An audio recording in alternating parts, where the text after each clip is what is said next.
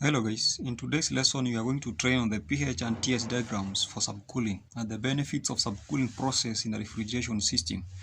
Now let me remind you a bit on the saturation line. Here you have the critical point. From this point coming this way, this line is called saturated vapor line. From this point coming this way, we have the saturated liquid line. This region here, it's called the superheated region. And this region here, it is subcooled region. And in between you have the wet region. Now assuming that the refrigerant entering the compressor at this point is dry, and therefore it's compressed from this point to point 2, and then at the point 2 is the entry of the condenser.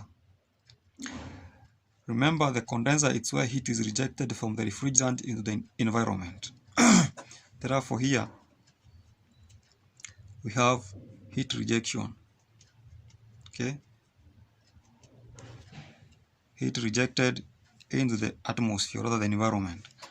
Then when the condenser, the refrigerant condenses up to this point. Now beyond this point that I'll call 3 dash, the refrigerant undergoes what we call subcooling, that is cooling further, cooling below its saturated condensing temperature. And then it enters another process called expansion, expansion under constant enthalpy, that is H4 is equivalent to H3. Yes, there is no enthalpy change in between 3 and 4. That is, during expansion there is no enthalpy change. Therefore, after expansion the refrigerant enters another process called vaporization from point 4.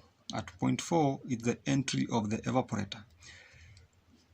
In this process, heat is absorbed from the space in the refrigerant. Okay, now here we have heat entering the heat being absorbed into the into the refrigerant, and then the refrigerant vaporizes from this point up to point 1, where it enters the compressor for recompression. Now let us draw these lines this way.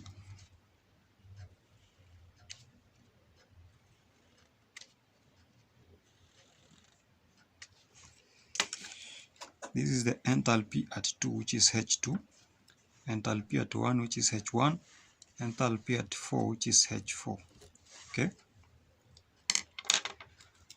now let us look at the TS diagram first. TS, that is temperature enthalpy diagram. This one is our point 1. Okay, this one is our point 2, this one is our point 3, and this one is our point 4. Okay, now our refrigerant is compressed from this point up to this point, where temperature and pressure increases. At this point we are having the superheated vapor, and then this is the entry of the condenser. It starts condensing from this point going this way. First of all, its superheat is removed. You can see the temperature is dropping until it touches the line of saturation, and then it condenses up to this point. Beyond this point, we are having the subcooling process, a process that we saw here. This is our dash 3. You can now it undergoes beyond this point undergoes what we call the further cooling, that is the subcooling. You can see the temperature is dropping, and then it enters another process called expansion, where it expands from this point up to this point under constant enthalpy. And then at this point it enters the vaporization process. This is the evaporator. Okay, energy is absorbed in the refrigerant vaporizes from this point up to this point, where it enters the compressor superheated vapor, or rather dry vapor, and then it's recompressed. Now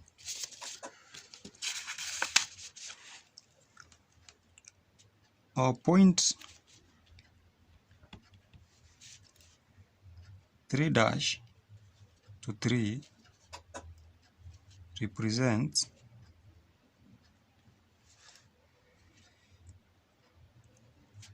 subcooling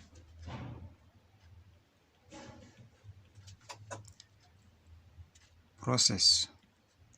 Okay.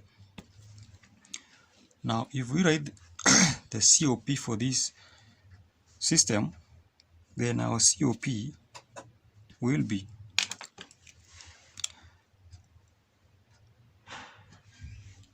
first of all, first of all, trace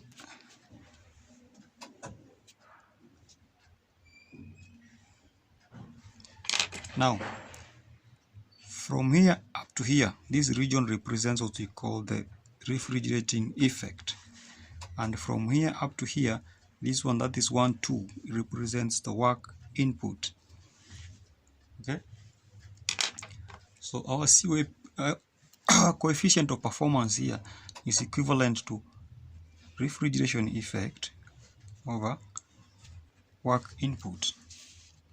Okay, now our COP is equivalent to our refrigeration effect is the difference between H1 and H4. That is H1 minus H4 over work input is the difference between H2 and H1.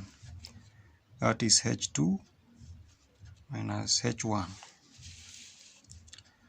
Now, since enthalpy at H4, at 4 is equivalent to the enthalpy at 3, then our final COP formula will be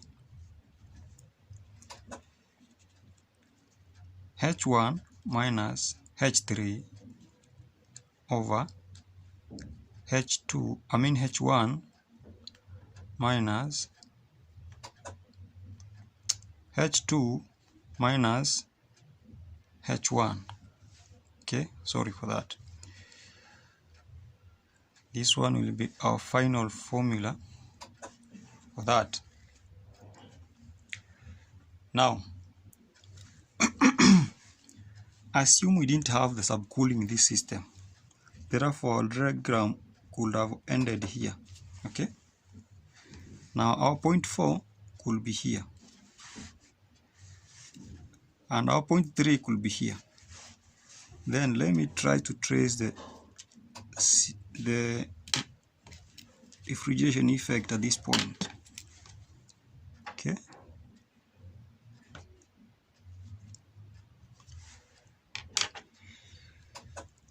If you look at this refrigeration effect and this one, you realize that this one, if we didn't have the subcooling, then our refrigeration effect here could be too low as compared to this one.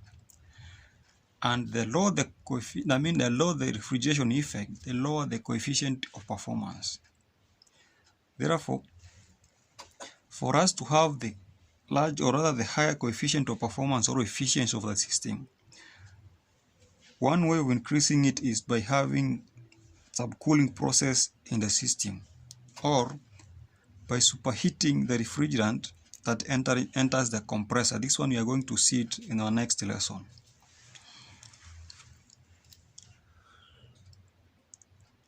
Kindly, if this is the first time you're watching this video, please subscribe, share, like, and also comment. And if there is any question, please ask on the comment side. Thank you very much. Enjoy watching.